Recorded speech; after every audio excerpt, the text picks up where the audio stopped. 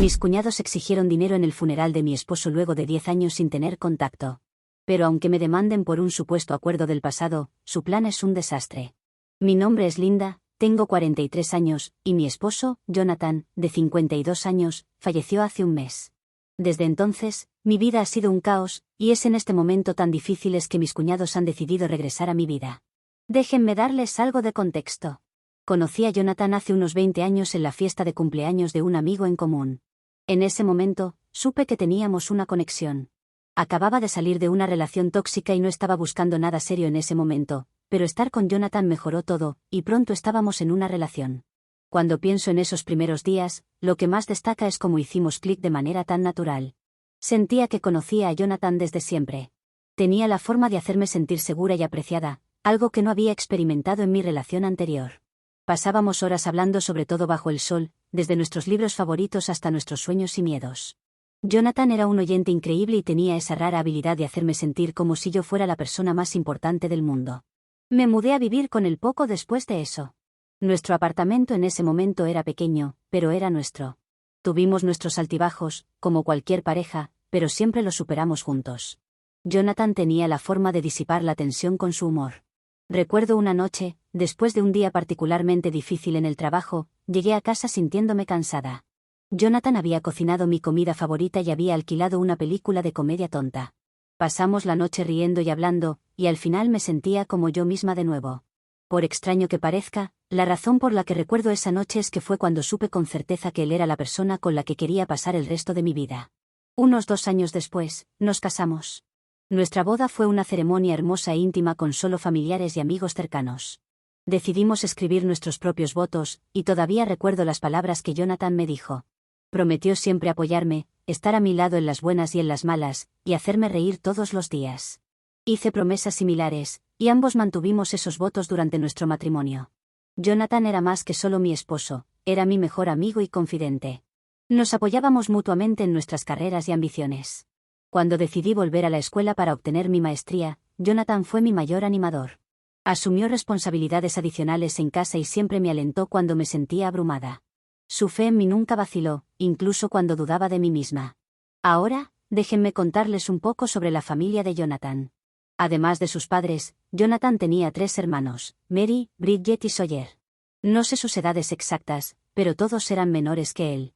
Los padres de Jonathan, Michael y Susan, fallecieron hace unos 5 años. Susan era una mujer maravillosa que amaba a todos sus hijos y sus cónyuges. Nunca me hizo sentir que era una extraña en la familia y me trató como a una de las suyas. Desde la primera vez que conocí a Susan, me hizo sentir muy bienvenida. Recuerdo vívidamente nuestro primer encuentro. Jonathan me había llevado a la casa de sus padres para Acción de Gracias, y yo estaba muy nerviosa. Conocer a la familia siempre era un gran asunto, y quería causar una buena impresión. Tan pronto como cruzamos la puerta, Susan me recibió con un cálido abrazo y la sonrisa más amable. Empezó a preguntar sobre mí de inmediato, genuinamente interesada en conocerme. No tardé mucho en sentirme completamente a gusto en su presencia. Un recuerdo especial que tengo con Susan es la Navidad después de que Jonathan y yo nos mudamos juntos. Susan insistió en que fuéramos a cenar en Nochebuena. Me sentía abrumada por el esfuerzo que había puesto en hacer la noche especial. La casa estaba bellamente decorada, e incluso había conseguido una media con mi nombre para colgarla junto a la chimenea. No se le escapó ni un solo detalle. Durante la cena, hizo un brindis y me dio una cálida bienvenida a la familia. Podía ver cuánto adoraba Jonathan a su madre, y era fácil entender por qué. También hubo un momento en que Jonathan y yo estábamos atravesando una mala racha. Tuvimos una gran discusión, y yo me sentía muy desanimada. Sin saber los detalles, Susan me llamó e invitó a tomar té. No tomó partido ni ofreció consejos no solicitados. Simplemente escuchó y me consoló, asegurándome que todo estaría bien. Su amabilidad y comprensión eran exactamente lo que necesitaba en ese momento. Era como tener una segunda madre que siempre sabía cómo mejorar las cosas. Cuando Susan se enfermó, fue un momento difícil para todos. A pesar de su propia lucha, continuó siendo el pegamento que mantenía unida a la familia. Recuerdo sentarme a su lado en la cama, y ella aún encontraba formas de consolarme, aunque era ella quien necesitaba consuelo. Me dijo cuán feliz estaba de que Jonathan y yo nos hubiéramos encontrado, y que me consideraba su hija. Esas palabras han permanecido conmigo y continúan trayéndome consuelo. Sin embargo, no se puede decir lo mismo de Michael. Michael tenía una cierta forma de sentido de derecho y pensaba que todos sus hijos, especialmente Jonathan siendo el mayor, debían rendirle homenaje por todo lo que había hecho por ellos como padre. No necesito explicar nada sobre el carácter de Michael, excepto decirte que era el estereotipo típico del padre emocionalmente ausente. Una de las primeras veces que vi esto fue durante la graduación de Jonathan. Era un gran día para él, y había trabajado muy duro para obtener su doctorado. Susan estaba radiante de orgullo, abrazando a Jonathan y diciéndole lo orgullosa que estaba. Michael, por otro lado, se mantenía a distancia con los brazos cruzados. Cuando Jonathan se acercó a él, Michael simplemente dijo, «Supongo que finalmente hiciste algo bien». No hubo felicitaciones, ni un, «estoy orgulloso de ti». Jonathan trató de ignorarlo, pero pude ver el dolor en sus ojos. Era como si Michael no pudiera permitirse expresar ningún tipo de calidez o aprobación. Otro ejemplo fue durante la promoción de Jonathan en el trabajo. Era un logro significativo, algo por lo que había estado trabajando durante años. Susan organizó una pequeña reunión familiar para celebrarlo. Jonathan estaba emocionado de compartir la noticia con su familia. Cuando le dijo a Michael, la respuesta de su padre fue, «Bueno, ya era hora, deberías haber recibido esa promoción hace años». Ni una sola palabra de elogio o reconocimiento del arduo trabajo de Jonathan. Siempre era así con Michael, nunca veía el esfuerzo que Jonathan ponía en nada, solo veía lo que él pensaba que faltaba. Un momento particularmente difícil fue cuando Jonathan y yo compramos nuestra primera casa. Era una propiedad para remodelar, y ambos estábamos muy orgullosos de ella. Invitamos a sus padres a verla. Susan estaba encantada y no dejaba de decir lo maravillosa que era y cómo podía ver el potencial. Michael, en cambio, caminaba con una mirada crítica. Señaló todo lo que necesitaba reparaciones y dijo, «Espero que sepan lo que están haciendo, este lugar es un desastre». Jonathan había trabajado muy duro para convertirlo en un hogar para nosotros, y en lugar de recibir apoyo o aliento, recibió críticas. Creo que una de las cosas más difíciles para Jonathan fue la falta de apoyo emocional. Siempre que Jonathan enfrentaba dificultades, Michael siempre era rápido para señalar lo que había hecho mal. Cuando Jonathan perdió su trabajo hace unos años, estaba devastado. Fue a la casa de sus padres para hablar sobre la situación. Susan, como siempre, fue increíblemente solidaria, asegurándole que todo estaría bien.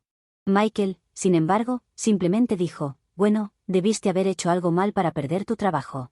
Sin empatía, sin aliento, solo culpabilidad. Jonathan una vez intentó confrontar a Michael sobre cómo se sentía. Le dijo a su padre que deseaba escuchar de él que estaba orgulloso de él al menos una vez. La respuesta de Michael fue, «¿Orgullo? Se gana el orgullo cuando logras algo por lo que valga la pena estar orgulloso». Eso fue el final de la conversación. Me rompía el corazón ver a Jonathan tan vulnerable y ver cuánto su padre entendía o le importaban sus sentimientos. A pesar de todo esto, Jonathan nunca dejó de intentar ganar la aprobación de su padre. Trabajaba más duro y lograba más, y siempre esperaba que algún día Michael reconociera sus esfuerzos. Pero ese reconocimiento nunca llegó. Fue una realidad dolorosa que Jonathan tuvo que aceptar, y dejó una profunda cicatriz. Sin embargo, el sentido de derecho de Michael no se comparaba con el de sus hermanos. Por alguna razón, los hermanos de Jonathan pensaban que era responsabilidad de Jonathan cuidarlos. Pedían dinero, favores y más. Recuerdo una vez en que Bridget llamó a Jonathan en medio de la noche, llorando porque había tenido un accidente de coche. No estaba herida, pero su auto estaba destrozado. Jonathan se vistió de inmediato y condujo 2 horas para recogerla. No solo la llevó a casa de manera segura, sino que también pagó las reparaciones de su coche. Bridget ni siquiera dijo gracias. Unos días después, volvió a llamar, pidiendo si podía ayudarle con el alquiler, porque le faltaba dinero. Jonathan nunca dudó, siempre dispuesto a ayudar, pero podía ver el costo que esto le estaba pasando. Sawyer no era diferente. Siempre estaba en algún tipo de problema financiero. Recuerdo un verano en que Sawyer decidió iniciar un negocio y le pidió a Jonathan un préstamo.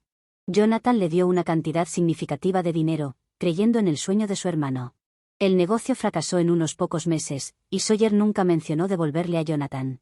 En cambio, volvió pidiendo más dinero para saldar deudas. Jonathan lo ayudó de nuevo, pero Sawyer nunca mostró aprecio. Era como si esperara que Jonathan lo rescatara cada vez.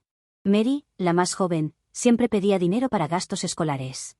Jonathan pagaba sus libros de texto, matrícula, incluso sus tarifas de residencia.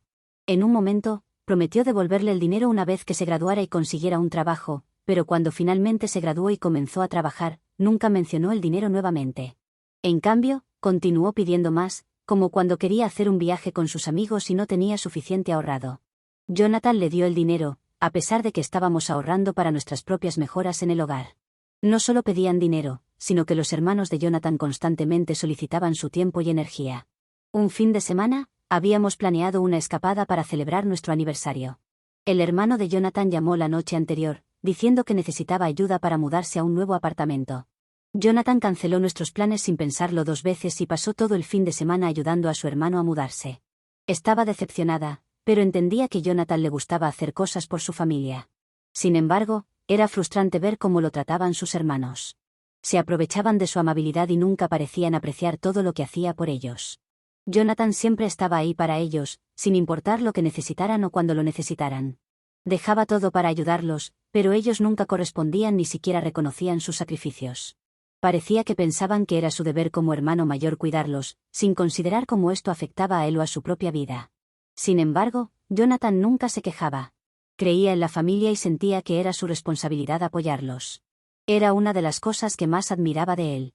Aunque podía ver cuánto le pesaba, tenía un corazón tan grande y siempre quería hacer lo correcto, incluso si eso significaba poner sus propias necesidades en último lugar. Sin embargo, las cosas cambiaron hace unos 10 años, cuando Susan se enfermó. Jonathan y yo hicimos todo lo posible para ayudarla. La mudamos a nuestra casa, la llevamos a las citas médicas, la ayudamos a moverse por la casa e incluso contratamos a una enfermera para que la cuidara cuando no estábamos en casa. Michael ya había fallecido para ese momento, así que Susan estaba completamente sola. Pensamos que tenerla viviendo con nosotros era lo mejor que podíamos hacer. Sin embargo, ninguno de los hermanos de Jonathan vino a ayudar, ni siquiera una vez.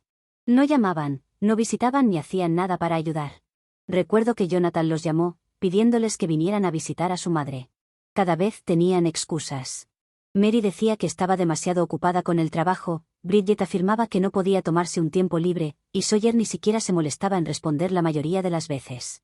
Era horrible ver la decepción de Susan cada vez que no se presentaban o ni siquiera llamaban. Intentaba mostrar una cara valiente, pero podía ver el dolor en sus ojos. Un fin de semana, cuando Jonathan y yo habíamos planeado una pequeña reunión familiar para levantar el ánimo de Susan, ninguno de sus hermanos apareció. Susan estaba tan emocionada, hablando sobre cuánto esperaba ver a todos sus hijos juntos. Cuando quedó claro que no vendrían, simplemente se sentó en silencio, mirando por la ventana. Jonathan intentó animarla, pero sabía que eso lo estaba destrozando por dentro. A pesar de todo esto, Jonathan nunca dejó de intentarlo. Continuó contactando a sus hermanos, esperando que cambiaran de opinión. Incluso ofreció cubrir sus gastos de viaje si ese era el problema, pero nada funcionó. Siempre éramos solo los tres, yo, Jonathan y Susan. Hicimos todo lo posible para hacerla sentir cómoda y feliz en sus últimos días. Susan eventualmente falleció debido a su enfermedad, esperando ver a todos sus hijos, pero no pudo verlos. Los hermanos sí vinieron al funeral, pero Jonathan ya había tenido suficiente para entonces. Después del funeral, reunió a todos sus hermanos y les dijo las cosas como eran. Estaba enojado y herido, comprensiblemente, pero la forma en que reaccionaron sus hermanos fue desgarradora. Le dijeron que, solo porque él había cuidado de Susan, no tenía derecho a hablarles así. Se fueron y nunca volvieron a hablarnos. Esto fue hace 10 años, y no los volví a ver hasta el funeral de Jonathan el mes pasado. En el funeral, verlos de nuevo después de tanto tiempo trajo de vuelta todos esos recuerdos. Estaban allí, de pie a un lado, luciendo incómodos. Se sentía surrealista. Ofrecieron sus condolencias, pero parecía vacío, como si solo estuvieran siguiendo un protocolo. No habían estado ahí para Jonathan o Susan cuando más lo necesitaban. Sin embargo, pronto mostraron su verdadera naturaleza cuando se leyó el testamento de Jonathan. Ahora, algo que no les he contado sobre Jonathan es que trabajaba en una importante empresa farmacéutica. Estábamos muy bien económicamente, así que cuando se leyó su testamento, sus hermanos esperaban algo. Para su sorpresa, no recibieron nada. Jonathan y yo no teníamos hijos, así que él dejó la mayor parte de su fortuna para mí y el resto a un refugio de animales cerca de nuestra casa, al cual solía hacer donaciones. Los hermanos estaban furiosos y empezaron a preguntarme dónde estaba su dinero. Les dije que no tenía idea sobre eso. Dijeron que Jonathan les había prometido dinero a cada uno de ellos hace mucho tiempo y que yo tenía que dárselo ahora. Les dije que no iba a hacer nada de eso, y me fui. Después de ese encuentro, empezaron a bombardearme con llamadas telefónicas y mensajes exigiendo su parte. Incluso se presentaron en mi casa un día, gritando y causando un escándalo en el jardín delantero. Me acusaron de manipular a Jonathan y de volverlo en contra de ellos. Era increíble. Jonathan había dejado muy claro en su testamento lo que quería, y yo solo estaba siguiendo sus deseos. Uno de los peores momentos fue cuando Mary intentó hacerme sentir culpable diciendo que Jonathan estaría avergonzado de cómo los estaba tratando. Dijo que si realmente lo amaba, honraría sus promesas hacia ellos. Fue increíblemente doloroso porque sabía cuánto amaba Jonathan a su familia a pesar de todo, pero también sabía que estaba cansado de sus constantes demandas y falta de gratitud. Sin embargo, justo una semana después, recibí una carta en la que se me informaba que estaba siendo demandada. Los hermanos me llevaban a los tribunales, diciendo que merecían dinero de la herencia de Jonathan y que yo lo había manipulado de alguna manera. Me reuní con mi abogado, y él me aseguró que todo estaba en orden y que no debía preocuparme. Tuvimos una reunión con sus abogados, y yo tenía un as bajo la manga. No solo pudimos demostrarles que no tenían un caso, sino que también les mostré que la casa de los padres ahora también me pertenecía. Susan había dejado la casa a Jonathan, y Jonathan me la dejó a mí. Desde que Susan murió, la casa se había usado básicamente como una casa de vacaciones para los hermanos de Jonathan. Jonathan nunca dijo nada sobre que la usaran, y cuando se lo conté, quedaron sorprendidos y enojados. No podían creerlo. Discutieron y gritaron, diciendo que era injusto y que tenían derecho a la casa. Mi abogado explicó con calma que, legalmente, la casa era mía, tal como Jonathan había previsto. Los hermanos estaban furiosos. Mary me acusó de ser insensible y de intentar quitarles todo. Bridget comenzó a llorar, y Sawyer amenazó con alargar el proceso en los tribunales todo lo posible. Fue una escena caótica, pero yo mantuve mi posición. Les dije que Jonathan había sido generoso toda su vida, siempre ayudándolos sin pedir nada a cambio. Ahora, en su testamento, había dejado claro lo que quería, y yo iba a honrar esos deseos. Siguieron discutiendo, pero estaba claro que empezaban a darse cuenta de que no tenían caso. Al finalizar la reunión, sentí una mezcla de alivio y tristeza. Era agotador lidiar con su enojo y sentido de derecho, especialmente después de perder a Jonathan.